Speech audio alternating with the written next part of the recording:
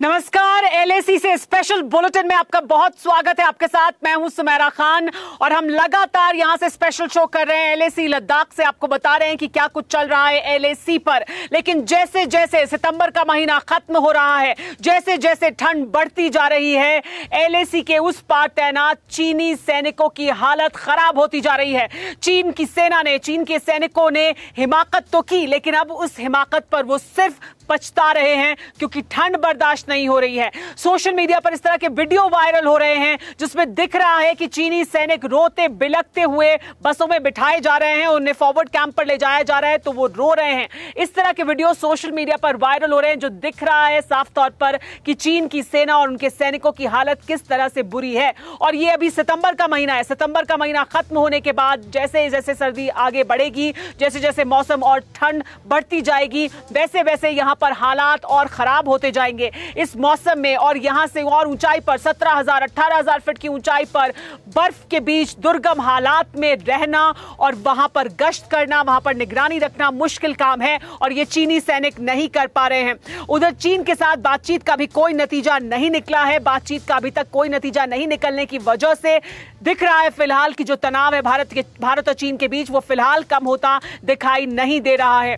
हालांकि बातचीत से उम्मीद बहुत ज्यादा की जा रही थी क्योंकि चीन अपनी विस्तारवादी नीति के आगे, अपनी धोखे वाली नीति को आगे बढ़ाने में लगा हुआ है। विस्तारवादी नीति को बढ़ा रहा है, अपनी धोखे वाली नीति को बढ़ा रहा है, बातचीत कर रहा है लेकिन पीछे हटने के लिए तैयार नहीं है। बातचीत कर रहा है लेकिन स्टेटस को मानने के लिए तैयार नहीं है। हमारे साथ मेहमान जुड़े हुए हैं, उनसे हम बात करेंगे। मेरे सहयोगी भी हमारे साथ जुड़े हैं। हमारे साथ मेजर जनरल संजय सोई मौजूद हैं जो रक्षा विशेषज्ञ हैं, उनसे हम बात करेंगे। इसके अलावा सुरेश कुमार गोयल हमारे साथ मौजूद हैं, पूर्व राजनयिक हैं। और प्रोफेसर AK पाशा हमारे साथ मौजूद हैं, विदेश मामलों के जानकार, एक्सपर्ट हैं हमारे साथ। इसके अलावा स्टूडियो से जुड़ेंगे सुमित चौधरी, अभिषेक उपाध्याय हमारे साथ जुड़ेंगे और मनीष झा हमारे साथ जुड़ेंगे। इन तीनों से भी बात करेंगे, मेरे सहयोगी हमें बताएंगे और तमाम जो जानकारियां उन तक आ रही हैं LAC पर चीन और भारत के बीच जो तनाव है उसको लेकर। लेकिन बड़ी खबर इस वक्त की है कि किस तरह से सितंबर के महीने में ही जैसे जैसे ठंड बढ़ती जा रही है, सितंबर का महीना खत्म हो रहा है, चीन के सैनिकों की हालत खराब होती जा रही है। ठंड की वजह से चीनी सैनिक परेशान हैं। वीडियो इस तरह के सामने आए हैं जिसमें चीनी सैनिक रोते बिलखते हुए दिखाई दे रहे हैं। बस में बैठाकर उन्हें ले जाया जा रहा है। इस तरह का वीडियो सामने आया है जिसमें रो रहे हैं चीनी सैनिक। यानी किसी भी सूरत में इस तरह के मुश्किल हालात में भारतीय सेना का सामना करने के लिए तैयार नहीं है, इन हालात से परेशान है और वो दिख रहा है इस वीडियो में। यानी चीन की सेना भले ही दावे कितने भी कर ले, लेकिन हकीकत क्या है वो ये वीडियो दर्शा रहा है। चीन के सैनिकों की हालत क्या है वो ये वीडियो बता रहा है। इस तरह के वीडियो सामने आए हैं। इसी वजह से हम कह रहे हैं कि चीन के सामने मुश्किल हालात हैं। भारत के पास तजुर्बा ज्यादा है, एक्सपीरियंस ज्यादा है। इस तरह के दुर्गम जो स्थान हैं, जो जगहें हैं, वहां पर रहने का और वहां पर अपने आप को मौजूद रखकर मजबूती से मोर्चा संभालने का। हम आपको वीडियो भी दिखा रहे हैं जो सोशल मीडिया पर वायरल हुआ है जिसमें चीनी सैनिक दिखाई दिए हैं रोते हुए।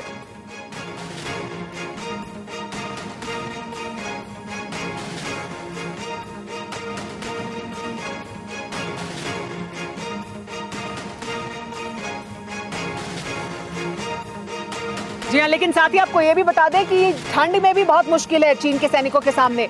उनकी हालत काफी बिगड़ी है, यहाँ तक कि ठंड की वजह से ऐसी जानकारी भी मिल रही है कि कुछ जगहों पर उन्होंने अपने टेंट भी उखाड़ लिए हैं क्योंकि ठंड बढ़ती जा रही है, बर्फबारी हो रही है और उसकी वजह से भी परेशान है चीनी सैनिक।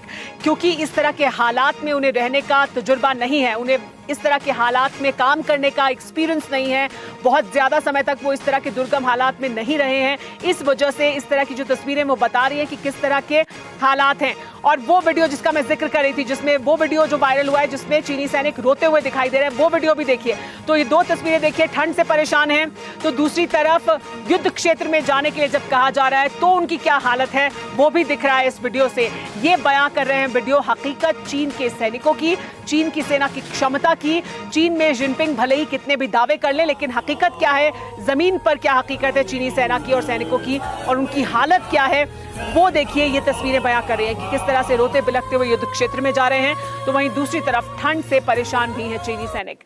ठंड की वजह से परेशान होकर अपने टेंट तक उखाड़ लिए हैं बर्फीली जगहों से, ऐसी जानकारी भी मिल रही है। हम इसी पर बात करेंगे। इसी पर बात करने के लिए हमारे साथ खास मेहमान भी जुड़े हुए हैं। हमारे साथ मेजर जनरल संजय सोई हैं। संजय सोई जी, ये बड़ी बात है। देखिए, हम लगातार ये बात पहले से भी करते रहे हैं। जब भी हम डिफेंस एक्सपर्ट से बात करते हैं वो ये कहते हैं कि भारत के पास तजुर्बा ज्यादा है, अनुभव ज्यादा है इस तरह के जो स्थितियां हैं, इस तरह के जो हालात हैं उनमें काम करने का और उनमें अपने आप को मजबूती से मोर्चा संभाल कर रखने का। लेकिन चीन के पास नहीं है, और वो क्या दिख रहा है हमें इन वीडियो के जरिए, जो ये वीडियो सामने आ रहे हैं बार बार। नहीं, बिल्कुल सुमेरा, आप ठीक कह रहे हैं, क्योंकि मैं खुद दरास में कमांड किया है, दरास में सर्व किया है। इसके अलावा कई हाल्टीट्यूड टेन्योर किए हैं, जो दरास भी सेकंड कोल्डेस्ट प्लेस है, -50 तक चला जाता है। और अभी 2 हफ्ते पहले मैं आपकी टीवी चैनल के थ्रू लेह में भी था, तो एक मुझे बड़ी अच्छी फीलिंग आती है। और जो मैं ये कहना चाहूँ, जो हमारे ट्रुप्स हैं वो यूज्ड टू हैं, वो गांव से इतने टफ हैं कि वो कोई मतलब जब बर्फ पड़ती थी, ठंड होती थी, उल्टा हम बाहर निकल आते थे, हम वॉलीबॉल खेलते थे, ट्रेनिंग करते थे, फायरिंग करते थे। मतलब ये जो बर्फ का, ठंड का, इसको हम ओवरकम कर लेते थे, इससे ऊपर उड़ जाते थे। जबकि आज चीनी सैनिक हम देख रहे हैं, क्योंकि इन्हें आदत नहीं है, इतने वो गाड़ियों से आते हैं वहां तक, बॉर्डर तक गाड़ी से आते हैं, गाड़ी से उतरते हैं, उसके बाद चल जाते हैं। उन्हें ना चलने की आदत, ना फिजिकल जान है, ना दम है, ना देशभक्ति के लिए उतना प्रेम है, ना देशभक्ति का जज्बा है, क्योंकि वो एक पार्टी की सेना है, उसके अंदर वो है ही नहीं, वो दम ही नहीं है। जो हमारे सैनिक, आप जी जी जी, इसी पर बात करते हैं सर। हमारे सैनिक इस तरह के हालात में रहने के लिए ज्यादा तजुर्बा रखते हैं, लेकिन जो ये घटनाक्रम हो रहा है, जो ये तस्वीरें सामने आ रही हैं, सुरेश कुमार गोयल जी, क्या ये दर्शाती है, क्या चीन की इतनी तैयारी नहीं थी, और क्या चीन ने जो सोचा था उससे ज्यादा बात आगे बढ़ गई है और चीन के हाथ से बात निकल गई है? चीन ने जो सोचा था उसकी प्लानिंग से ज्यादा बात आगे बढ़ गई, क्या आपको ऐसा लगता है? देखिए, अगर मैं इन दोनों सिचुएशंस को, कि जो चीन की वहाँ पर डिप्लॉयमेंट है और आपने जो वीडियोस दिखाए हैं, और जो बातचीत में जो चीन का एक बड़ा टफ रवैया रहा है, इन दोनों में कहीं ना कहीं विरोधाभास है। बातचीत से लगता है कि चीन पीछे हटने को बिल्कुल भी तैयार नहीं है, और अगर चीन की सेना तैयार नहीं होती तो चीन अब तक कोई ना कोई रास्ता ढूंढ करके पीछे हटने की थोड़ी सी कहीं ना कहीं वो एक जुम्बिश दिखाता है, और उसके बावजूद बातचीत करने को तैयार होते हैं, फिर बातचीत से जो अंडरस्टैंडिंग है पलट जाते हैं। तो चीन के जो रवैये में कहीं कहीं काफी ज्यादा विरोधाभास आ रहा है।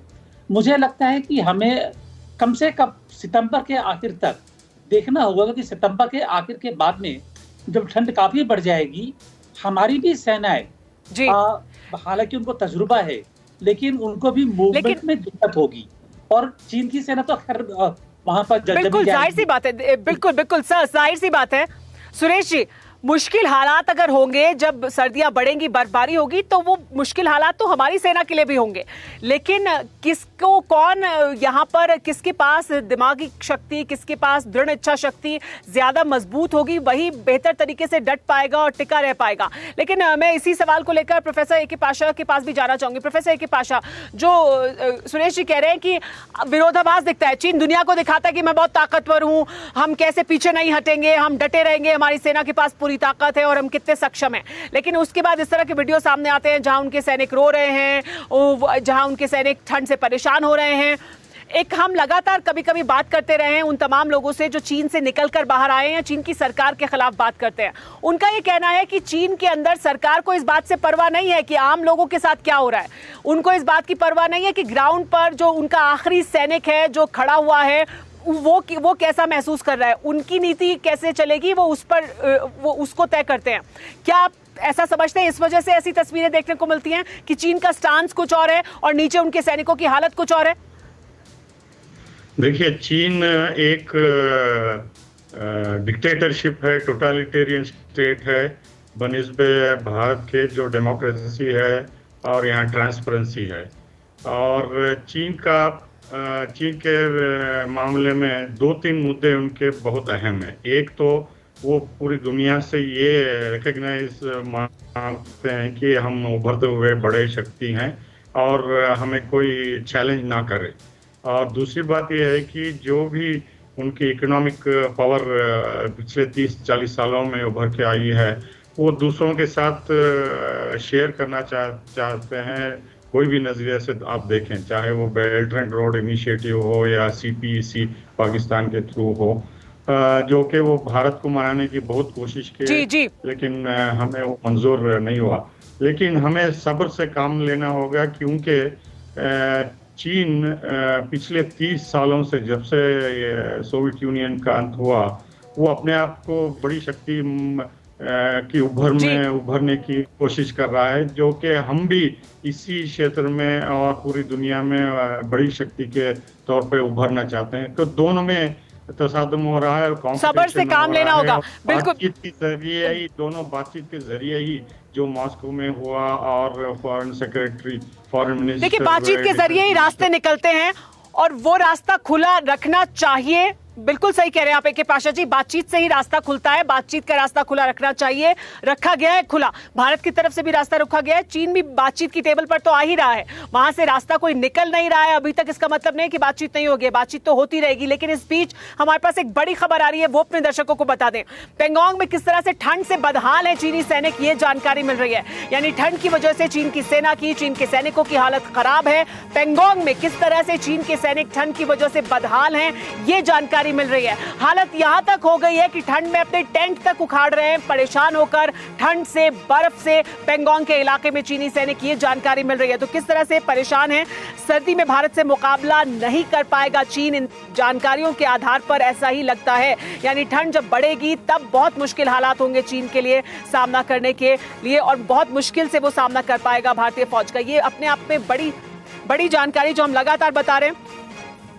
लेकिन ये जो जिनपिंग के चॉकलेट सोल्जर, ये जो सोल्जर हैं जिनपिंग के, जो इस तरह से जंग के मैदान में जाते हुए रो रहे हैं या जो ठंड से परेशान हो रहे हैं, अपने तंबू उखाड़ने के लिए तैयार हैं, टेंट उखाड़ने के लिए तैयार हैं, उन्हें चॉकलेट सोल्जर क्यों कहा जाता है? चॉकलेट सोल्जर इसलिए कहा जाता है क्योंकि ये कुछ साल के लिए ही सेना में भर्ती होते हैं।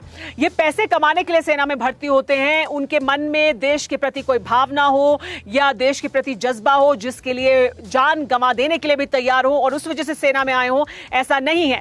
चॉकलेट सोल्जर इसीलिए उन्हें कहा जाता है। और ये जो डेफिनेशन है, ये जो नाम है, वो चीन के सैनिकों पर पूरी तरह से फिट बैठती हुई दिखाई दे रही है, क्योंकि चीन के सैनिक चॉकलेट सोल्जर इसीलिए हैं क्योंकि वो कुछ सालों के लिए सेना में भर्ती हुए हैं। वो पूरा जीवन सेना में लगा देंगे और यही उनके जीवन का उद्देश्य है, मकसद है, ऐसा नहीं है। उनकी ट्रेनिंग भी इतनी ज्यादा सख्त नहीं होती है और बहुत सालों की ट्रेनिंग उन्होंने नहीं की होती है। उनकी तुलना में भारतीय सैनिकों की ट्रेनिंग बहुत ज्यादा जटिल होती है, बहुत मुश्किल होती है, और बहुत ज्यादा सालों तक वो ट्रेनिंग कर तप कर सोना बनकर बाहर निकलते हैं। लेकिन चीन के जो सैनिक हैं उनके साथ ऐसा नहीं है। वो कुछ सालों के, क्योंकि चीन में कंपलसरी भी है, चीन में हर किसी को सैन्य सेवा देना जरूरी है, इस वजह से मजबूरी के तहत भी वो इसमें आते हैं, पैसा कमाने के लिए भी आते हैं, और इस वजह से देश के प्रति किसी तरह की भावना नहीं रखते हैं। इसी वजह से हम आपको कह रहे हैं कि चीन के सैनिकों को चॉकलेट सोल्जर कहा जाता है, और उसी वजह से इस तरह के वीडियो सामने आते हैं। इसी पर बात कर लेते हैं, हमारे साथ सुमित भी लगातार बने हुए हैं। सुमित, आपसे मैं जानना चाहूंगी कि ये जो चॉकलेट सोल्जर कहा जाता है चीन के सैनिकों को, वो तो बिल्कुल फिर सही साबित हो रहा है कि किस तरह से रोते हुए दिखाई दे रहे हैं, सर्दी में टेंट उखाड़ रहे हैं, पेंगोंग में ठंड से परेशान है, तो फिर चॉकलेट सोल्जर ही है ना वो? देखिए, चॉकलेट सोल्जर क्यों कहा जाता है, इसके पीछे दो बड़े कारण हैं सुमेरा। सबसे पहली बात, इनकी ट्रेनिंग या फिर इनके अंदर जो जज्बा होता है, सेल्फ ऑफ ब्रदरहुड होता है, वो बिल्कुल नहीं होता। क्योंकि अगर आप देखें कि चीन में जो वन चाइल्ड पॉलिसी थी 2017 तक करीब, वो सबसे बड़ी वजह रही, क्योंकि वहां पर जो भी सोल्जर आता है उसको सिर्फ सेल्फिश इंटरेस्ट या फिर अपने लिए काम करना होता है। वो अपने मेडिकल ग्राउंड्स, अपनी इन्वेस्टमेंट्स, अपनी पॉलिसी, इन सभी के ऊपर, यानी सिर्फ अपने लिए काम करने का मकसद होता है, उसको कोई सेल्फ ऑफ ब्रदरहुड नहीं होता। दूसरा, ट्रेनिंग पार्ट के अंदर उसकी जो ट्रेनिंग होती है वो ऐसी नहीं होती कि उसको बहुत ज्यादा प्रेशराइज किया जा सके या फिर हार्ड ट्रेनिंग दी जा सके। और तीसरा, सबसे इंपॉर्टेंट बात, इनका जो खाना, इनके जो आदतें होती हैं बहुत ज्यादा खराब होती है। आपको याद होगा कि ये रिपोर्ट चीन से ही आई थी कई बार कि उनको जो खाना दिया जाता है बहुत ज्यादा ऑयली होता है, वो लगातार वीडियो गेम्स पर रहते हैं, मोबाइल फोन पर रहते हैं, तो ये उनके लिए एक अपने लिए खुद के लिए एक बड़ा सेटबैक है। जी बिल्कुल बिल्कुल सुमित, और इस बीच अपने दर्शकों को यह भी बता दें कि ये चॉकलेट सोल्जर तो हैं, लेकिन तनाव किस तरह से एलएसी पर भारत और चीन के बीच बढ़ गया है और ज्यादा ये तनाव बढ़ा है। पहले से ही अपने चरम पर पहुंचा हुआ था तनाव एलएसी पर भारत और चीन के बीच, लेकिन दोनों देशों के बीच जो कमांडर स्तर की बातचीत हुई वो बेनतीजा रही है। एलएसी पर पीछे हटने को तैयार नहीं है चीन का, ये अड़ियल रुख है। अभी तक यही जानकारी निकलकर सामने आ रही है। भारत की दो टूक जो संदेश है वो चीन को यह है कि चीन को पीछे हटना होगा। जो पहले की स्थिति थी, जिस तरह की स्थिति थी मई से पहले, उसी स्थिति पर वापस आना होगा एलएसी पर दोनों देशों की फौजों को, दोनों देशों की सेनाओं को। इसके लिए चीन तैयार नहीं है। चीन अपने अड़ियल रुख पर अड़ा हुआ है। डेप्सांग से लेकर पेंगोंग तक पीछे जाना होगा, ये साफ कह दिया है भारत ने चीन को। लेकिन इसके अलावा मोल्डो में कल 13 घंटे तक चली बैठक बेनतीजा रही।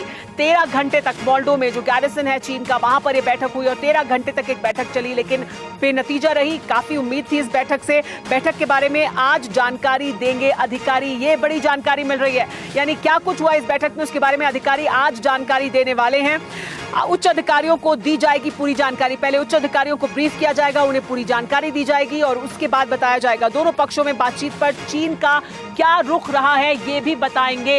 यानी उच्च अधिकारियों को ब्रीफ किया जाएगा पूरी तरह से, क्या कुछ हुआ इस 13 घंटे की बातचीत में ये बताया जाएगा। तो मोल्डो की बातचीत बेनतीजा रही है, लेकिन उसकी जानकारी आज उच्च अधिकारियों को दी जाएगी। लेकिन हम आपको TV9 भारतवर्ष आपको जहां से पूरा विवाद शुरू हुआ है गलवान कांड, उसके बारे में बताने वाले हैं आज, और वो हम लगातार आपको बता रहे हैं। गलवान कांड क्यों हुआ, उसके पीछे क्या साजिश थी, चीन की क्या प्लानिंग थी, ये सब TV9 भारतवर्ष आपको बताने जा रहा है, क्योंकि बड़ी प्लानिंग थी और बड़ी साजिश थी चीन की गलवान कांड के पीछे। रात में पूरी तरह से फोर्स को बदल दिया गया चीन की तरफ से गलवान कांड से पहले। यानी चीन की प्लानिंग बहुत ज्यादा गंभीर थी। चीन ने पूरी साजिश के तहत गलवान कांड किया, ये साबित होता दिखाई दे रहा है। TV9 भारतवर्ष आपको ये बड़ी जानकारी दे रहा है, हम आपको ये बड़ी जानकारी दे रहे हैं। हम एक बार फिर रुख करेंगे स्टूडियो का, क्योंकि हम कोशिश करेंगे आपको सुमित और अभिषेक ये बताएं और समझाएं कि दरअसल ये पूरा जो स्टैंड ऑफ आप देख रहे हैं, भारत चाइना का जो विवाद आप देख रहे हैं, ये विवाद क्यों है, क्यों हम देख रहे हैं कि 5 महीने से दोनों सेनाएं आमने सामने खड़ी हुई हैं गलवान कांड की वजह से। सुमित, अभिषेक, बताइए दर्शकों को कि दरअसल गलवान कांड कैसे हुआ और इसके पीछे चीन की क्या साजिश थी सिलसिलेवार तरीके से।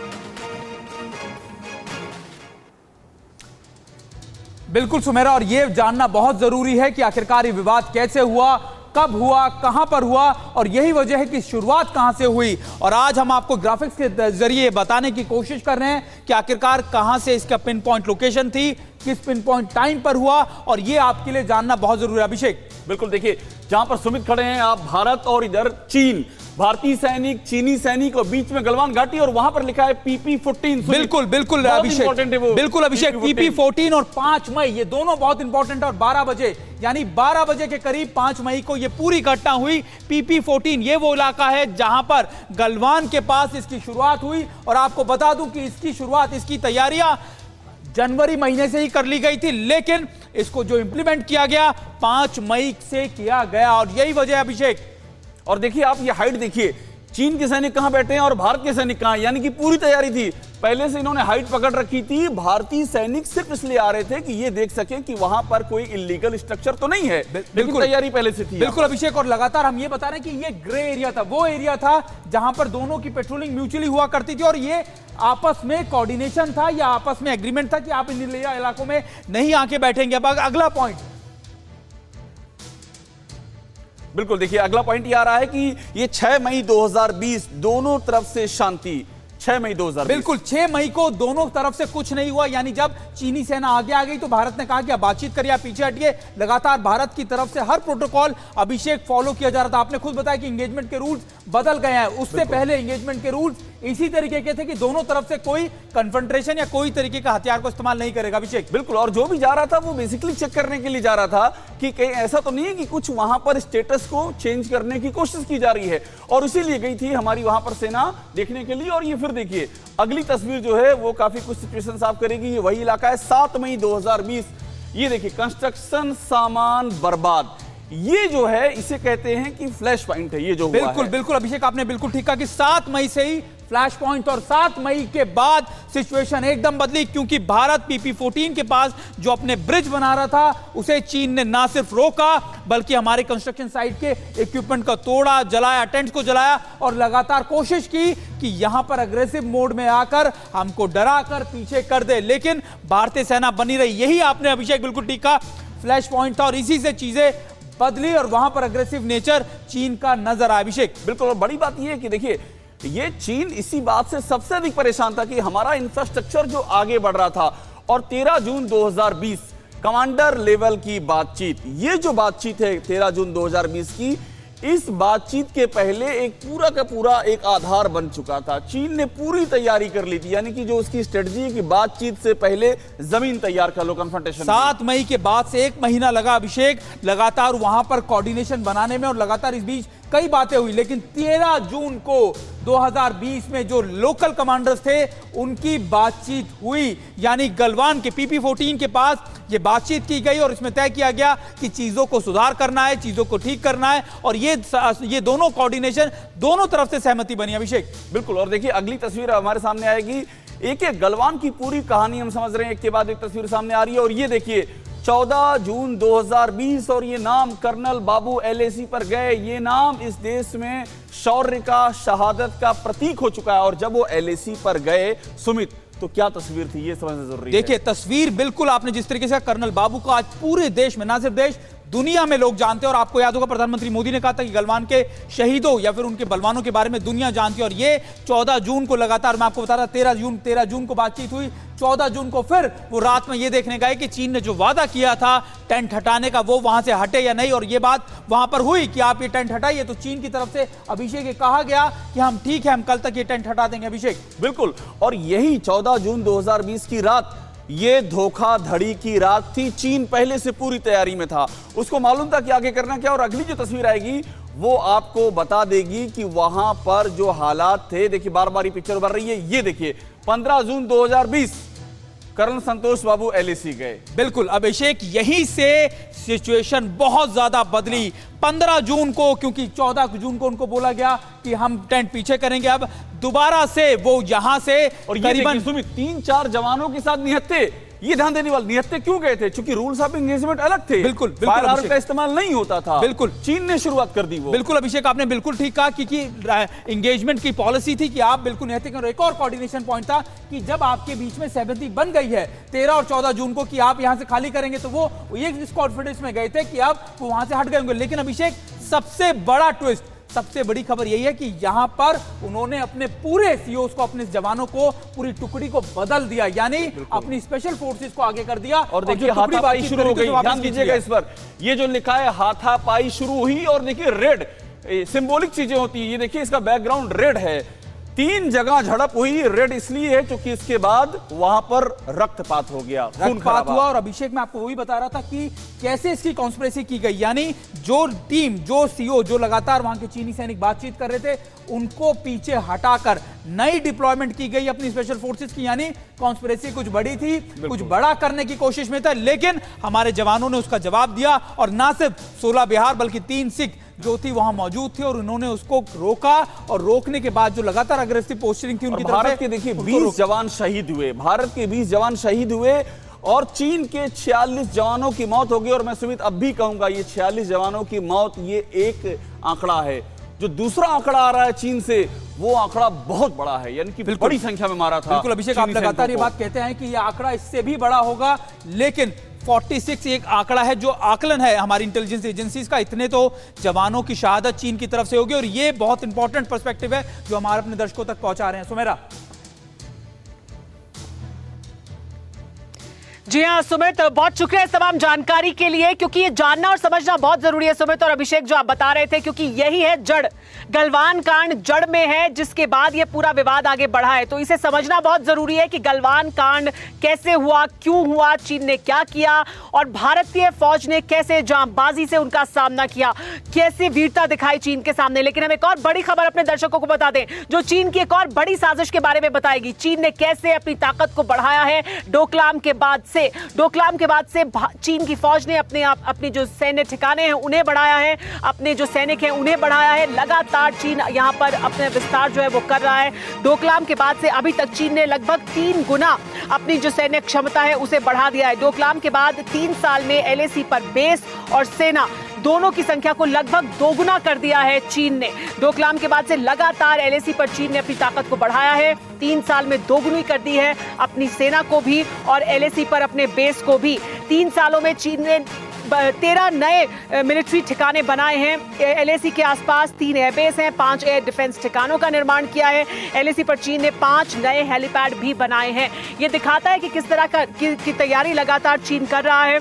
इसे बात करने के लिए हमारे साथ मेहमान भी लगातार बने हुए हैं। संजय सोई जी, ये जो चीन ने किया है डोकलाम के बाद से, पिछले 3 साल में चीन ने अपनी ताकत को बढ़ाया है एलएसी के पास, यानी चीन का ये जो प्लानिंग है वो काफी समय से चल रही थी। चीन का जो इरादा है वो पहले से ही इसी तरह का रहा है कि वो कैसे एलएसी पर अपनी ताकत को बढ़ाए। बिल्कुल सुमेरा, आप ठीक कह रहे हैं कि ये पहाड़ों में खास तौर से मुश्किल इलाकों में इतना आसान नहीं होता है। तो वो जब से डोकलाम में उन्होंने मार खाई उसके बाद से उन्होंने अपनी ताकत बढ़ा रहे हैं और साथ ही साथ पाकिस्तान को भी शह दे रहे हैं, मिलिटेंट्स को शह दे रहे हैं।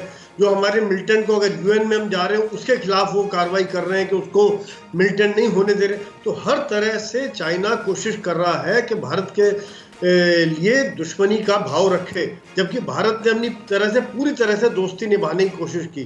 तो यह एक धोखे वाली बात है।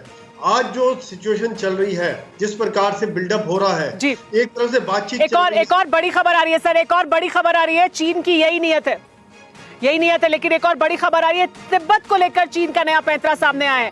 तिब्बत को लेकर चीन नया पैंतरा क्या अपना रहा है वो भी आइए आपको बता देते हैं। तिब्बत के मजदूरों पर चीन की नजर है। जी हाँ, चीन की नजर तिब्बत के मजदूरों पर है। मिलिट्री कैंप में मजदूरों को ट्रेनिंग दे रहा है, ऐसी जानकारी मिल रही है। चीन निष्ठावान मजदूरों को हासिल करने में लगा हुआ है जो चीन के प्रति निष्ठा रखते हैं। तिब्बत वेबसाइट से चीनी साजिश की ये जानकारी मिली है। तो ये बड़ी जानकारी है जो हमारे सामने निकलकर सामने आई है कि किस तरह से चीन तिब्बत पर नजर रख रहा है, वहां से मजदूरों को बुला रहा है, ट्रेनिंग दे रहा है, जो चीन के प्रति निष्ठा रखते हैं उन्हें शामिल कर रहा है। मनीष, ये जो चीन की कोशिश है, लेकिन तिब्बत में चीन का जो ये पैंतरा है, इससे चीन को क्या हासिल? चीन वहां पर भी क्योंकि ये चाहता है कि उनका एलिनेशन ना हो, चीन के साथ जुड़ाव बढ़े तिब्बत के लोगों का, क्या उसके तहत ये कोशिश है? देखिए सुमेरा, तिब्बत के जो मूल लोग हैं वो चीन के बारे में क्या सोचते हैं, ये तो 29 अगस्त की रात ब्लैक टॉप की कार्रवाई में हमने देखा कि जब स्पेशल फ्रंटियर फोर्स में तिब्बत के हमारे भाई लोगों ने क्या कुछ किया है। लेकिन चीन के साथ दिक्कत यह है कि तिब्बत की टेरिटरी तो उन्होंने कब्जा कर लिया, लेकिन तिब्बत के लोगों का चीन के साथ कभी जुड़ाव हो नहीं पाया है। ऐसी स्थिति में वो शिनजियांग प्रांत में आप कहें तो एक तरह से जेल में बंद करके तिब्बत के लोगों को जबरन अपनी सेना के साथ एकजुटता दिखाने के नाम पर, तो कभी चीन की सरकार के साथ खड़े रहने के नाम पर विभिन्न तरह के ट्रेनिंग प्रोग्राम चलाते हैं और ये बताने की दुनिया भर में कोशिश करते हैं कि देखिए तिब्बती लोग भी चाइनीज आधिपत्य को मानते हैं, इससे ज्यादा ये कुछ और नहीं है, ताकि उन्हें शामिल किया जा सके, उनको मेन स्ट्रीम में अपने साथ जोड़ा जा सके, उसकी एक कोशिश है। लेकिन इस कोशिश में सफलता चीन को अभी तक ज्यादा मिली नहीं है। तिब्बत के लोगों की जो नाराजगी, जो चीन के प्रति उनके मन में गुस्सा है, वो खत्म हुआ नहीं है। एक और बड़ी खबर मिल रही है, वो भी अपने दर्शकों को बता दें कि चीन के जो सैनिक हैं वो किन जानवरों का इस्तेमाल करते हैं या वो किस तरह से ये जो पूरा इलाका है, जो दुर्गम इलाका है, वहां रहते हैं। चीन की जो सेना है वो याक का इस्तेमाल करती है। याक के जरिए वो पेट्रोलिंग करते हैं और उनका इस्तेमाल करते हैं। याक का दूध भी पीते हैं, क्योंकि याक का इस्तेमाल करते वक्त अगर याक ना हो, इन इलाकों में अगर याक ना हो तो पीएलए का रहना नामुमकिन है। पीएलए यानी चीनी सेना का रहना नामुमकिन है। अगर याक ना हो, वो याक का इस्तेमाल करते हैं। एलएसी पर चीनी सैनिक याक का दूध भी पीते हैं और जब उनके काम का नहीं रहता तो फिर उसको मारकर उसका मांस भी खा जाते हैं। तो ये चीनी सैनिकों के लिए बहुत जरूरी है और बहुत काम की चीज है उनके लिए याक का इस्तेमाल करना। वो याक का इस्तेमाल करते हैं पेट्रोलिंग करने के लिए भी, दुर्गम इलाकों में आगे जाने के लिए भी।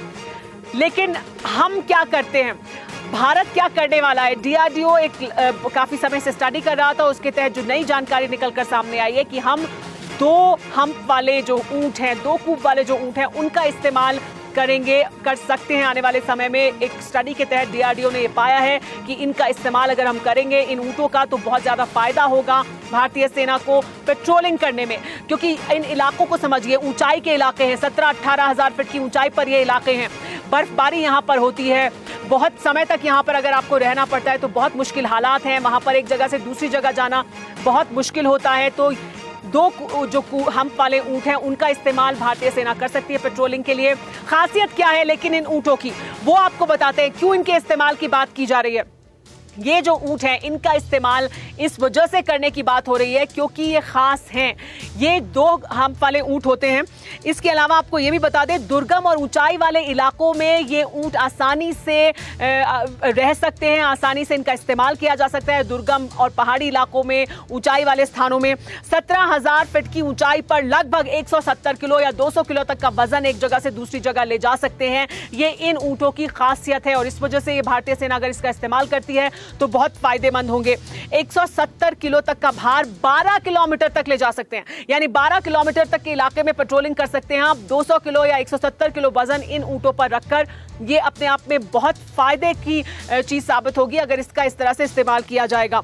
इसके अलावा खाने और पीने की अगर दिक्कत होती है, किल्लत होती है, तो 3 दिन तक बिना खाने पीने के रह सकते हैं ये ऊंट।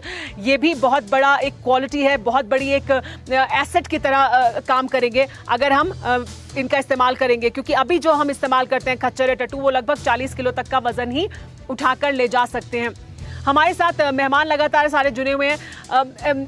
हमारे साथ सुरेश जी मौजूद है। सुरेश जी आपके पास जाऊं उससे पहले मैं इस पर अभिषेक उपाध्याय से भी कुछ जानकारी लेना चाहूंगी। अभिषेक, हम बात कर रहे हैं इन दुर्गम इलाकों की और डीआरडीओ की कि कैसे अगर याक का इस्तेमाल पीएलए करती है तो हम भी ये 2 हम्प वाले ऊंट का इस्तेमाल करेंगे। यानी हम अपनी तैयारी को हर वक्त और पुख्ता कर रहे हैं इन दुर्गम इलाकों में ताकि हमारे जवान, हमारे सैनिक आसानी से अपना काम कर सकें, जो मुश्किल काम उन्हें करना है। सुमेरा, देखिए डीआरडीओ कई तरह के शोध कर रहा है। जो आपने जानकारी दी है उसमें ये जो आपने जानकारी दी है कि वहां पर ट्रांसपोर्टेशन के लिए जानवर का खास तरह का इस्तेमाल, और इसके अलावा देखिए वहां पर जो सब्जियां उगाई जा रही हैं, विशेष सब्जियां, विशेष फल, विशेष तरह के टेंट, तो ये एक सिलसिला है। ये सिर्फ बात याक और ऊंट की नहीं है, ये पूरा का पूरा सिलसिला है। हम जो वहां पर कर रहे हैं वो इस तरह से कर रहे हैं कि हमारे जवान वहां पर लंबी और कठिन सर्दियों में रह सकें। इसकी वैज्ञानिक जमीन तैयार की जा रही है, क्योंकि ये सच हमने मान लिया है कि अब इसका कोई विकल्प नहीं है, वहां टिकना ही होगा। सुमेरा जी हाँ, तो ये मुश्किल हालात हैं, लेकिन इन मुश्किल हालात में डीआरडीओ लगातार, ताकि हालात और बेहतर हो सके, हम बेहतर सुविधाएं दे सकें सेना को, सैनिकों को, उसके लिए लगातार काम कर रही है। और उसी के तहत ये नई जानकारी निकलकर सामने आई है ताकि उन्हें अच्छा खाना मिल सके, ताकि वहां तक सामान आसानी से पहुंचाया जा सके। जिन मुश्किल हालात में हमारे सैनिक रहते हैं उनके लिए जीवन को आसान बनाया जा सके और उनका काम ताकि वो आसानी से कर पाएं, इसको सुनिश्चित किया जा सके। इसमें सेना, डीआरडीओ लगातार लगे हुए हैं, शोध कर रहे हैं और उसी के तहत ये तमाम जानकारी हमारे सामने है। क्योंकि चीन के सामने भारत ने साफ कर दिया है कि चीन अगर हरकत करेगा तो भारत उसे मुंहतोड़ जवाब देता रहेगा। क्या आप पर भी बरपा है जालसाजी का कहर? सपने टूटे आपके, न घर के न घाट के।